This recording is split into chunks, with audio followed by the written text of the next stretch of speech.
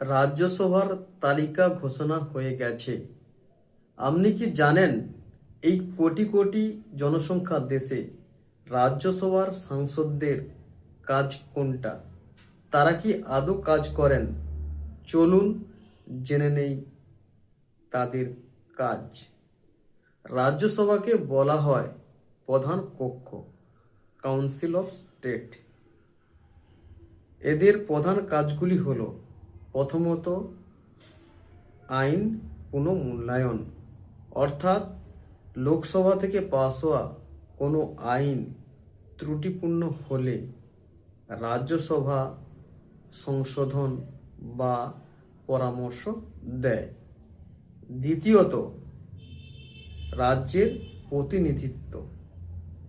বিভিন্ন রাজ্য থেকে আসা সাংসদদের কাজ হলো কেন্দ্রের কাছে নিজের রাজ্যের দাবি তুলে ধরা।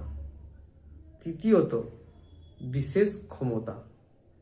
রাজ্যসভার সংসদদের হাতে ক্ষমতা আছে উপরাষ্ট্রপতিকে অপসারণের প্রস্তাব দেওয়ার। এছাড়াও সর্বভারতীয় স্তরে উচ্চ চাকরি যেমন IAS, IPS এর মতো তৈরি করার ক্ষমতা রাজ্যসভার হাতেই থাকে। কিন্তু প্রশ্ন হলো, এরা কি সত্যি কাজ করে?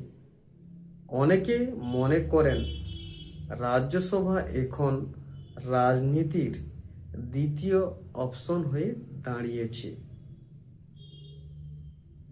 যারা লোকসভায় জনগণের ভোটে জিততে পারেন না তাদেরকে অনেক সময় প্রার্থী করে পাঠানো হয়। এতে দক্ষ ব্যক্তির চেয়ে রাজনৈতিক সমীকরণ বেশি বৃদ্ধি পায়।